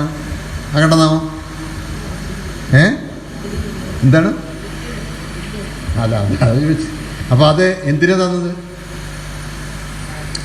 പ്രാർത്ഥന കൊണ്ട് അർത്ഥം നേടാൻ വേണ്ടിയാണ് ഗുരു തന്നത്, ദൈവം തന്നത്. അതിൻ്റെ ഓരോ വരികളും അതാണെന്ന് ഗുരു പറഞ്ഞു. അത് ചെയ്ത് പൂർത്തീകരിക്കാൻ നമ്മൾ ആശ്രമത്തിൽ വരേണ്ടത്. അത് മനസ്സിലാക്കാത്തോളം കാലം ഈ സത്സംഗം എന്താ? വേസ്റ്റാവും. ഇത് അറിഞ്ഞിരിക്കുന്നതോടും ശിവനിക്കൊക്കെ എന്ത് വരും? കല്യാണം നടക്കാതിരിക്കും. കല്യാണം നടക്കാനുള്ള എളുപ്പമാർഗം എന്താ? ആ ജീവൻ ആ യോഗത്തിലെത്തണം. ഒരാൾക്ക് കല്യാണം നടക്കാതായപ്പോൾ ഗുരുവിൻ്റെ അടുത്ത് ഞാനാ കൊണ്ടുപോയി. എടാ, അവന് ഇങ്ങനൊരു ഭാഗ്യക്കുറവുണ്ട്. പിന്നെ ഞങ്ങൾ ചെയ്തെന്താണ്? അപ്പം അന്ന് പിന്നെ ഈ ജാതിയും മതമൊക്കെ ഭയങ്കരമായിട്ട് നമുക്ക് വിടാൻ ബുദ്ധിമുട്ടുള്ള കാലമായിരുന്നു 94. ജാതകത്തിന് ഇങ്ങോട്ട് മാറ്റി. പ്രശ്നം കഴിഞ്ഞില്ലേ? പെൺകുട്ടർ ജാതകം ആദ്യം ഇങ്ങോട്ട് വാങ്ങി. ഇത് ഗുരു ഓക്കെ പറഞ്ഞ പെൺകുട്ടർ ജാതകമായിട്ട് അനുസരിച്ചൊരു ജാതകം ഞങ്ങൾ എഴുതിയുണ്ടാക്കി. കല്യാണം സ്വസ്ഥമായി ജീവിക്കണം. ആ കുട്ടിക്കിപ്പോൾ കല്യാണമാണ്, പേരക്കുട്ടി, ആ കുട്ടർക്ക് അല്ലേ? എന്താ കാരണം? അവിടെ എല്ലാം ഈ ജീവൻ ഇങ്ങനൊരു ഭാഗ്യക്കുറവുണ്ടെന്നാണ് ഗുരു പറഞ്ഞത്. അത് ഇവിടെ വന്ന് തീർക്കണം. അതിന് തീരാനാണ് ഗുരു നമ്മളെ വിളിച്ചിവിടെ നിർത്തുന്നത്. പക്ഷെ അത് നമ്മളിവിടെ വരുമ്പോൾ എന്താ തോന്നണത്? ഇതൊരു അടിമത്തോണം തോന്നുന്നു. ഗുരുശിഷ്യ ബന്ധം എങ്ങനെയാ? അടിമത്തോണം. പക്ഷെ നമുക്ക് തോന്നണം അങ്ങനെയാണ്. ഗുരു നമ്മളെ പല കാര്യത്തിലും റെസ്ട്രിക്ഷൻ ചെയ്യുമ്പോൾ ആ പെൺകുട്ടി പറഞ്ഞ പോലെ എനിക്ക് വരാൻ പറ്റാത്തതിന് കാരണം എന്താ? ഗുരു ഞാൻ ഞെരുക്കുന്നു. വ്യാഴാഴ്ച ഇവിടെ വരണം, ഞായറാഴ്ച വരണം, പലപ്പോഴും ഇവിടെ വൈകുന്നേരത്ത് പ്രാർത്ഥനയ്ക്ക് വരണം, ഇവർക്കൊക്കെ ഭാരം കെട്ടാൻ ഇവിടെ വരണം. വലിയ പണിയാണ്. പല പേരുടെയും മക്കൾ അതാ പറയണം, അമ്മയ്ക്ക് എൻ്റെ വീട് നോക്കാൻ നേരമില്ല, ഞങ്ങൾക്ക് നല്ലൊരു ആഹാരം തരാൻ സമയമില്ല, അമ്മയ്ക്ക് അവിടെ ആഹാരം കെട്ടലും അതിനെ തിരക്ക്. അതൊരു ഉരുക്ക് പോലെയാണെന്ന് പറഞ്ഞു. ചില ചെറുപ്പക്കാരൊക്കെ എൻ്റെ അടുത്ത് ഗൃഹസ്ഥാശ്രമ സംഘത്തിലിരിക്കുമ്പോൾ അവരോട് പറഞ്ഞു, ഞാൻ അവരോട് ഒരു കഥയെ പറഞ്ഞു കൊടുത്തു, സിമ്പിൾ കഥയെ പറഞ്ഞു കൊടുത്തു അല്ലേ? എന്താണ്? ഒരു പട്ടം പറന്നിങ്ങനെ ഉയർന്നുകൊണ്ടിരിക്കുകയാണ്. അപ്പം അതിന് ഒരാൾ നിയന്ത്രിക്കുന്നുണ്ട്. ഏത് വെച്ചിട്ട്? നൂല് വെച്ചിട്ട് അല്ലേ? പട്ടം ഉയർന്ന് ഈ ലോകത്തെ ഏറ്റവും ഉയരത്തിൽ പറക്കുന്ന പക്ഷിയുടേക്കാൾ മുകളിൽ പറക്കുകയാണ്. അപ്പോൾ പക്ഷി ചോദിച്ചു, പട്ടമേ നിനക്ക് എങ്ങനെ ഇങ്ങനെ പറക്കാൻ പറ്റുമെന്ന് ചോദിച്ചു. അപ്പോൾ പട്ടം പറയണം, ഇതിനേക്കാളും എനിക്ക് ഫാസ്റ്റായി പോകാൻ പറ്റും. ഇതാ നൂല് കണ്ട, ആ അന്തം വിട്ടവൻ എന്നെ വലിച്ചു പിടിച്ചിരിക്കുകയാണ്. അതില്ലെങ്കിൽ ഞാൻ എവിടെ പോവും? ഇനിയും മുകളിലേക്ക് പറക്കും. അപ്പോൾ പക്ഷി പറഞ്ഞു, അതിനെന്താ, ആ നൂല് ഞാൻ പൊട്ടിച്ചു തരാമോ? ആ നൂല് പൊട്ടിച്ചു കൊടുത്തു. എന്തായിരിക്കും പിന്നെ പട്ടത്തിൻ്റെ സ്ഥിതി? ചളിക്കുണ്ടില്ല. ഇതുപോലെ നമ്മളൊക്കെ ആശ്രമത്തിൽ വരാൻ പറഞ്ഞാലും, പ്രാർത്ഥനയ്ക്ക് വരാൻ പറഞ്ഞാലും, കർമ്മത്തിന് വരാൻ പറഞ്ഞാലും നമ്മൾ പറയുന്നത് എന്താണ്? ഞാൻ ഉയർന്ന് പറക്കാൻ, എഞ്ചിനീയറായി, ഡോക്ടറായി, IAS ഓഫീസറായി ഉയർന്ന് പറക്കണം. തടസ്സമേതാ? ഗുരു എന്ന, ആശ്രമം എന്ന, അല്ലെങ്കിൽ മന്ദരൂപസ്വാമി എന്ന, അല്ലെങ്കിൽ ഇവിടുത്തെ VSNK ശാന്തിമയം എന്ന ആ നൂലാണ്. ഇതില്ലായിരുന്നെങ്കിൽ എന്തായിരുന്നു ഞങ്ങളെന്നൊക്കെ പറയും. ഒന്നും ആവില്ല എന്ന് നമുക്കറിയാം. കാരണം നമ്മളും അതുപോലെ കടന്നു വന്നവർ. അപ്പോൾ ഈ ജീവൻ്റെ ഈ വശം തിരുത്തി കിട്ടാൻ നമ്മളിവിടെ വരണം. ഇവിടെ ചോദ്യം ചോദിച്ച കുട്ടി പോയാ അവളെ കടം തൊലച്ചു പോയി ഇല്ലേ? ഇല്ല, എല്ലാവരും അവരവരുടെ കടം ചോദിക്കുക, ഒരു സ്ഥലം വിടുക അല്ലേ? എന്താ ചോദിച്ചാ കുട്ടി? പ്രതിഷ്ഠ. അവൾ വന്നാൽ അവന് ഉത്തരം പറയാം, അല്ലെങ്കിൽ ഇല്ല. പ്രതിഷ്ഠാ പൂർത്തീകരണം എന്താണെന്ന് ചോദിച്ച കുട്ടി ഇവിടെ വന്നാലും എനിക്ക് ഉത്തരം പറയേണ്ട കാര്യമുള്ളൂ അല്ലേ? അല്ലെങ്കിൽ അറിയണവർ പറഞ്ഞു കൊടുക്കുക. അറിയോ എന്താണ് പ്രതിഷ്ഠാ പൂർത്തീകരണം? പ്രതിഷ്ഠാ ദിനം നമ്മൾ കേട്ടിട്ടുണ്ട്. പ്രതിഷ്ഠാ പൂർത്തീകരണം എന്താ അറിയോ? അറിയെങ്കിൽ വേഗം പറയും. കലണ്ടറിലുണ്ട്, നമ്മുടെ കലണ്ടറിൽ കാണും പ്രതിഷ്ഠാ ദിനം 2 മാസം കഴിഞ്ഞിട്ട് പ്രതിഷ്ഠാ പൂർത്തീകരണ ദിനം. എന്താ അതിൻ്റെ അർത്ഥം? കണ്ടിട്ടുണ്ടോ? കലണ്ടറിൽ നോക്കിയോ? ഞാൻ പറഞ്ഞതല്ല. ഫെബ്രുവരി മാസത്തിൽ നിങ്ങൾ കാണും പ്രതിഷ്ഠാ ദിനം. അന്ന് തിരുവനന്തപുരത്ത് ദീപമൊക്കെ എടുക്കും, സന്യാസിമാരെല്ലാം ദീപം എടുത്ത് വരം വയ്ക്കും. ഏപ്രിൽ വരുമ്പോൾ പ്രതിഷ്ഠാ പൂർത്തീകരണം എന്ന് പറയും. എന്താണ്? അവളല്ലേ ചോദിച്ച്. അവിടെ പോയി റൂം പോയിരിക്കണം. അവിടെ എന്താ പണി ഇവർക്കൊക്കെ? അവിടെ ഇരുന്നു. ഇപ്പോൾ എത്ര നേരം കണ്ടില്ല. ചോദ്യം ചോദിച്ചിട്ട് നീ പോയിട്ട് പിന്നെ എൻ്റെ ഉത്തരം ആരോടെ ഞാൻ പറയണ്ടേ? അറിയോ ആർക്കെങ്കിലും? സമയം എത്രയായി? നമ്മുടെ എന്നാണ് പ്രതിഷ്ഠ നടന്നത്? പിന്നെ പ്രതിഷ്ഠയെക്കുറിച്ച് നമുക്ക് ഈ ആരാധനയിൽ നമുക്ക് ഒരുപാട് പറയാനുണ്ട്. ശരിക്കും നടന്നത് ഇത് ഫെബ്രുവരി 10, 1989 പ്രതിഷ്ഠ അല്ലേ? അപ്പോൾ ആ പ്രതിഷ്ഠ ഇത് കാണാൻ തുടങ്ങി 1971 മുതലാണ്. ഇത് കിട്ടുന്നത് കല്ലാറിൽ വെച്ചിട്ടാണ്. 2444 എതലകൾ വീഴുകയും ഇതെന്താണ് ചോദിച്ചപ്പോൾ ഈ ശ്രീകൃഷ്ണ ശേഷം 2444 ഗുരുക്കന്മാരിത് തിരുത്താൻ വേണ്ടി വന്നിരുന്നു, അവർക്ക് ആർക്കും ഇത് ചെയ്യാൻ പറ്റിയില്ല എന്നും, ഈ അവസ്ഥ കടക്കുന്ന ഗുരുവിൻ്റെ ഈ അവസ്ഥ കടന്നപ്പോൾ ഇത് കാണിച്ചു കൊടുക്കുകയും അതിനുശേഷം അതിന് മുകളിൽ ഓങ്കാരം കണ്ടുള്ള ഒരു പ്രതിഷ്ഠ. അത് ഏപ്രിൽ ഈ പറഞ്ഞ ഫെബ്രുവരി 1989 18 തീയതി വെക്കുന്ന സമയത്ത് അതിനു മുമ്പ് സങ്കല്പം ചെയ്തപ്പോൾ എല്ലാ ഗുരുപരമ്പരയും ദേവപരമ്പര ഋഷി പരമ്പരയും സകലതും എവിടെ വരുന്നുണ്ട്? ഈ പ്രതിഷ്ഠയിൽ വരുന്നുണ്ട്. എന്നാൽ ചില പരമ്പരയൊന്നും എന്ത് ചെയ്യുന്നില്ല, ഇത് അംഗീകരിക്കുന്നില്ല. അപ്പോൾ ഗുരുവിന് വിഷമമായി, ഇതെന്താണെന്ന് സംഭവിക്കുന്നത്. അപ്പോൾ ദൈവം എന്താ പറഞ്ഞത്? വിഷമിക്കണ്ട, അത് ശരിയായിക്കോളും. നമ്മുടെ ശാന്തിമയമാക്കാരെ പോലെയാണ്. അവർക്ക് എന്താണ്? ഇതൊന്നും കാര്യമല്ല. അവർ നേരെ മുമ്പേ കിടക്കും. എന്നിട്ടോ ഇതൊക്കെ ഞങ്ങൾക്ക് പുല്ലാണ്, ഞങ്ങൾ എത്ര അറിഞ്ഞിട്ടുണ്ട് ചോദിച്ചാൽ അവർ പുല്ല് അറിയൂല. ഇതുപോലെ അവർ ഈ പ്രതിഷ്ഠയുടെ ധർമ്മത്തിന് വിരുദ്ധമായി അവർ മാറുന്നു ഗുരുവിൽ നിന്ന്. അപ്പോൾ പറഞ്ഞു പ്രതിഷ്ഠിക്കാം, പക്ഷെ അതിന് സങ്കല്പം ചെയ്യണം ഗുരു. ആദ്യം ഗുരു കിടപ്പിലായി. ആദ്യത്തെ ഒരു ഗുരുപരമ്പരയെ തന്നെ മാറ്റിയപ്പോൾ തന്നെ ഗുരു തന്നെ വിഷമത്തിലായി. ഗുരു പറയുന്നത് ശങ്കരാചാര്യ പരമ്പരയും നബിയുടെ പരമ്പര, സിദ്ധി സായിബാബയുടെ പരമ്പര, നമുക്കറിയാത്ത യുഗങ്ങൾക്ക് മുമ്പുള്ള ഒരു പരമ്പര, ഇവരൊന്നും എന്ത് സംഭവിക്കുന്നില്ല, ഇതിൻ്റെ കീഴിൽ വരുന്നില്ല. അപ്പോൾ സങ്കല്പിക്കാൻ പറഞ്ഞു. അങ്ങനെ സങ്കല്പിച്ചിട്ട് ഏപ്രിൽ 24 1989 ഇതെല്ലാം ഏതിൻ്റെ കീഴിൽ വന്ന്? ഈ പ്രതിഷ്ഠയുടെ കീഴിൽ വരും. ഏതുപോലെ? ഒരു ഉദാഹരണം പറഞ്ഞാൽ നീറ്റ് എക്സാം തമിഴ്നാട്ടുകാർ എഴുതില്ല പറഞ്ഞു. അറിയോ? നിങ്ങൾക്ക് അറിയോ? നീറ്റ് എക്സാമിൽ ഇപ്പോൾ എൻട്രൻസ് എക്സാം തമിഴ്നാട്ടുകാർ അംഗീകരിക്കില്ല പറഞ്ഞു അല്ലേ? ആന്ധ്രക്കാരിൽ അംഗീകരിക്കില്ല പറഞ്ഞു, ആസാം അംഗീകരിക്കില്ല പറഞ്ഞു. അവരുടെ കുട്ടികളൊക്കെ ആകെ പ്രശ്നമായി. ഇപ്പോൾ സെൻട്രൽ ഗവൺമെൻറ് മോദി പറഞ്ഞു ഉണ്ടാതിരിക്കുക, ഇവർക്കൊന്നും വേറൊരു വഴി ഉണ്ടാവില്ല, അവസാനം എവിടെ വന്നേ പറ്റൂ. അപ്പോൾ കുറേ കാലം തിരുവനന്തപുരത്ത് വന്ന് എക്സാം എഴുതിയിട്ടുണ്ടായിരുന്നു തമിഴ്നാട്ടുകാർ. അറിയോ? അവരെല്ലാം തമിഴ്നാട് പാലക്കാടൊക്കെ ഒന്ന് എഴുതും. ഇപ്പം എന്തായി? അംഗീകരിച്ചില്ലേ? എന്ന പോലെ ഏപ്രിൽ 24 മേടം 10 ആകുമ്പോഴേക്കും ഈ പറയുന്ന സകല പരമ്പരയും എവിടെ വന്നു? ഈ പ്രതിഷ്ഠയുടെ പൂർത്തീകരണത്തിൽ വന്നു. ഇതാണ് പ്രതിഷ്ഠാ പൂർത്തീകരണം. അന്നാണ് സകല ഈ ലോകത്ത് വന്നിട്ടുള്ള സകല പരമ്പരയും ഈ പറയുന്ന ബ്രഹ്മസങ്കല്പത്തിൽ ഈ പ്രാണപ്രതിഷ്ഠയുടെ കർമ്മത്തിൻ്റെ താഴെ എത്തി. ഇനി ഇവരെല്ലാവരും ദൈവം പറഞ്ഞെന്താ? ഇവിടെ വന്ന് ജനിക്കണം. എവിടെ വന്ന് ജനിക്കണം? ഈ ഗുരുമ്പരെ വന്ന് ജനിക്കണം. ഇവരെല്ലാവരും വരുന്നവർ. അതിനാരൊരുങ്ങണം?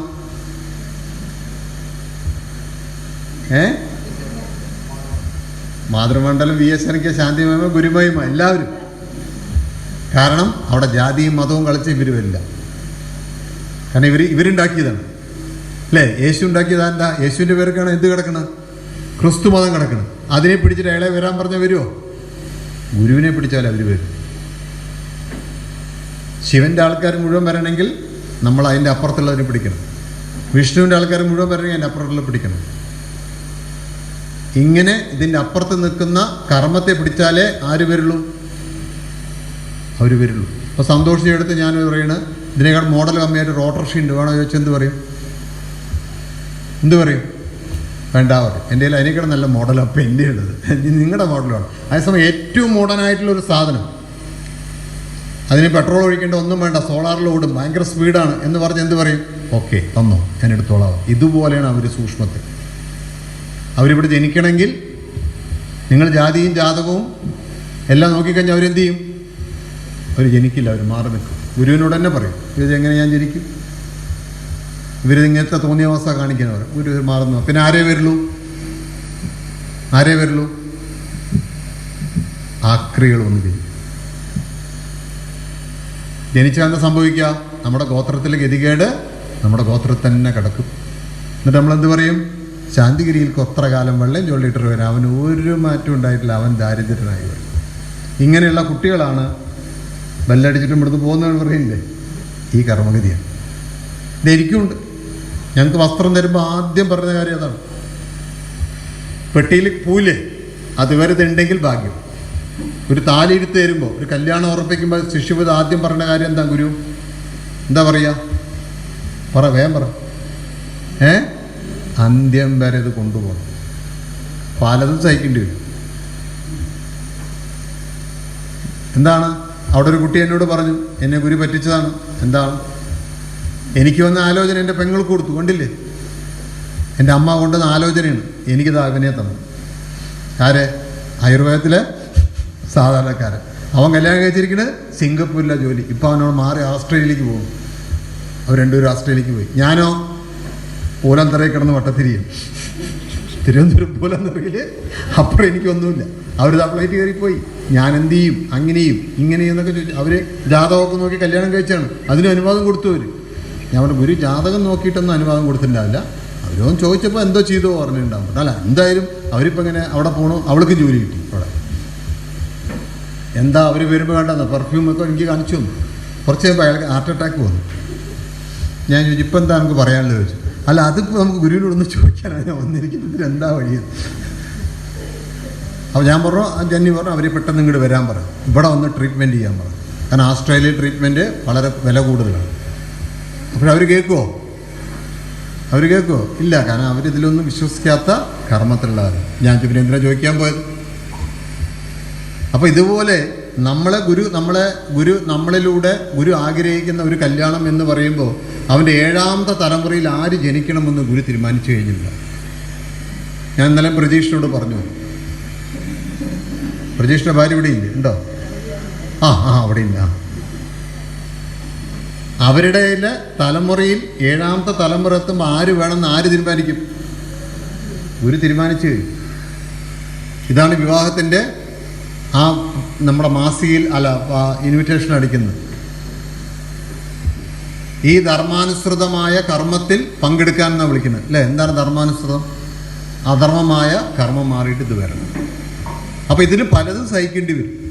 അത് ഗുരുവിനെ അനുസരിച്ച് ഇവിടെ വന്ന് നിങ്ങൾ മനസ്സിലാക്കി പോകണം. ഇത് നിങ്ങൾ മനസ്സിലാക്കാനാണ് ഗുരു പ്രതിഷ്ഠ കൊണ്ടുവന്നത്. പ്രതിഷ്ഠാപൂർത്തി കാരണം അവൾക്കൊന്നും മനസ്സിലായില്ല എന്ന് എനിക്ക് മനസ്സിലായി.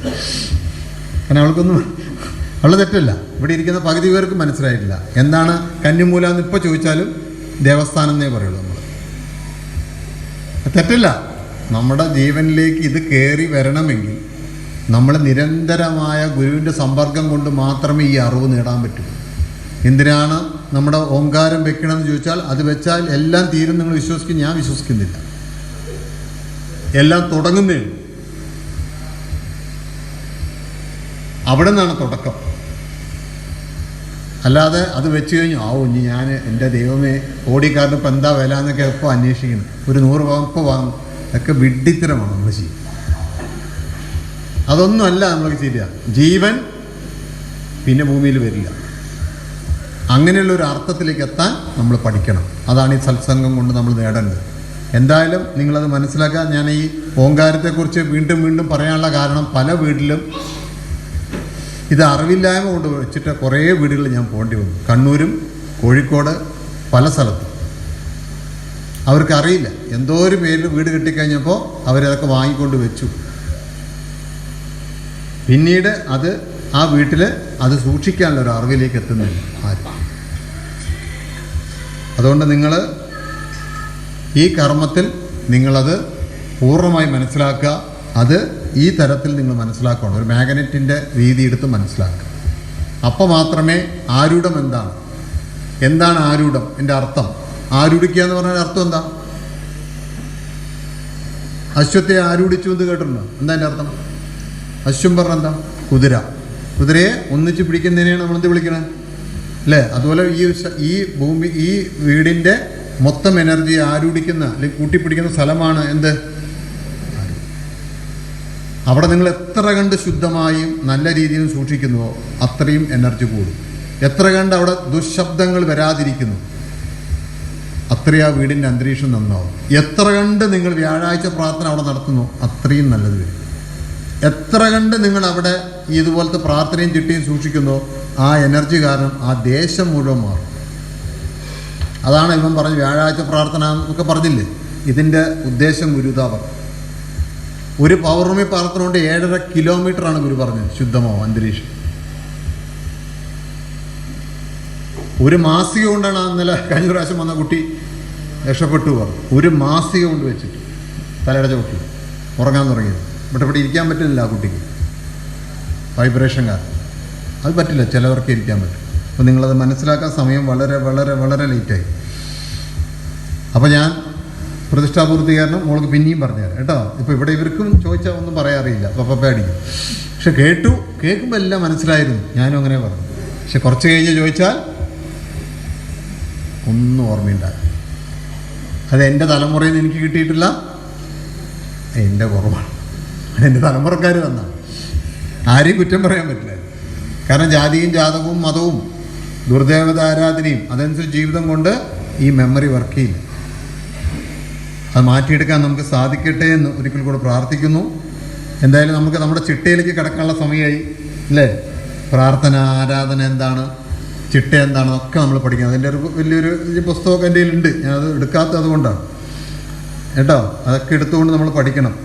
ആരാധന കുടുംബത്തോടെ, കർമ്മം കുടുംബത്തോടെ, ഗുരുദർശനം കുടുംബത്തോടെ, ഗുരുവിൻ്റെ ആശയം അവിശ്വസിക്കാതെ കുടുംബത്തോടെ സൂക്ഷിപ്പ്, ജീവൻ്റെ സൂക്ഷിപ്പ്, ആശ്രമത്തിൻ്റെ ധാർമ്മികമായ സൂക്ഷിപ്പ്, വീട്ടിലെ കുടുംബത്തോടെ വൃത്തിശുദ്ധി പവിത്രത സൂക്ഷിക്കുക. അങ്ങനെ 10 ചെറിയ പോയിന്റുകൾ ഞാൻ എടുത്തിട്ടു.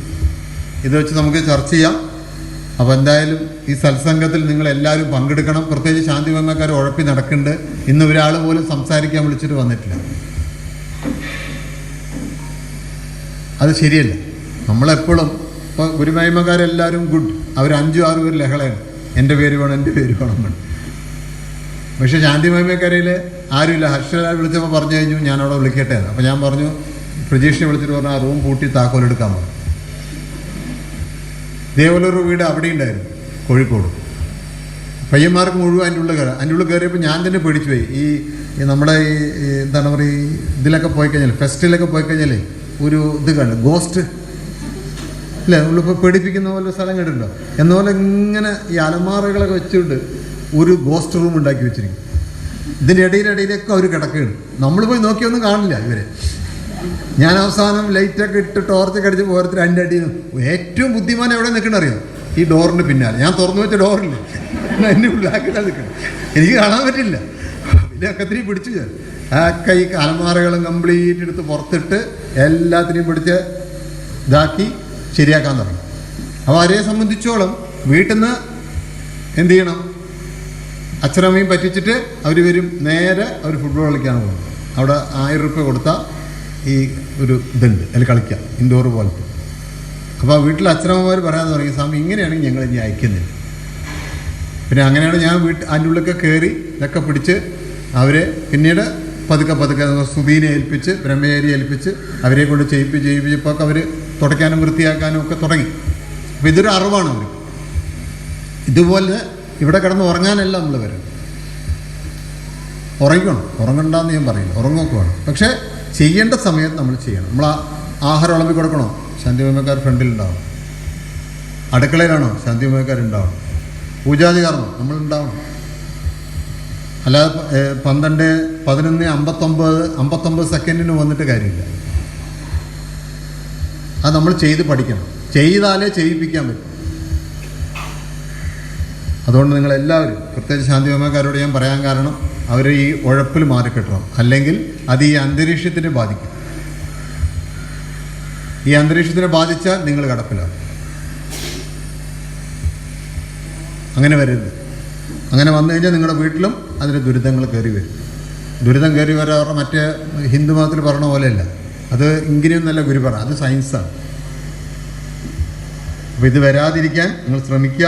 എല്ലാവരും അടുത്ത സത്സംഗം നടത്തേണ്ടത് ശിവയുടെയും താല്പര്യൻ്റെയും ഉത്തരവാദിത്വം. ഇവിടെ എല്ലാം അറേഞ്ച് ചെയ്യേണ്ടതും, ഇവിടെ ആരാണ് സ്വാഗതം പറയേണ്ടത്, ആരാണിത് പറയേണ്ടത്. എനിക്ക് അന്ന് ഇലക്ട്രിക്കൽ വർക്ക് ഉണ്ടെന്ന് കൊണ്ടൊന്ന് ഓടിപ്പോകാൻ നീ നിൽക്കണ്ട. താല്പര്യം ക്ലാസ്സിൻ്റെ ഒന്നുകൊണ്ട് പോകാൻ പറ്റില്ല. ഇവിടെ നിങ്ങൾ അത് ഉത്തരവാദിത്തോടുകൂടി ഇവിടെ ചെയ്യണം. നിങ്ങളുടെ ഉത്തരവാദിത്വമാണ് കേട്ടോ, ഉഴപ്പരുത്. ഇല്ലെങ്കിൽ അത് നമ്മുടെ ഒരു ഗതികേടാണ്. മനസ്സിലായോ നിനക്കും കൂടി? അപ്പോൾ എല്ലാവരോടും ഒരിക്കൽ കൂടി എൻ്റെ വാക്കുകൾ നിർത്തുന്നു. സർവസ്വമായ എൻ്റെ ഗുരുവിൻ്റെ തൃപ്പാദങ്ങളിലേക്ക് എൻ്റെ വാക്കുകൾ സമർപ്പിക്കുന്നു. സദ്ഗുരുവേശ്വരൻ. അടുത്ത നന്ദി പ്രകടനമാണ്. ദയ ക്ഷണിക്കുക.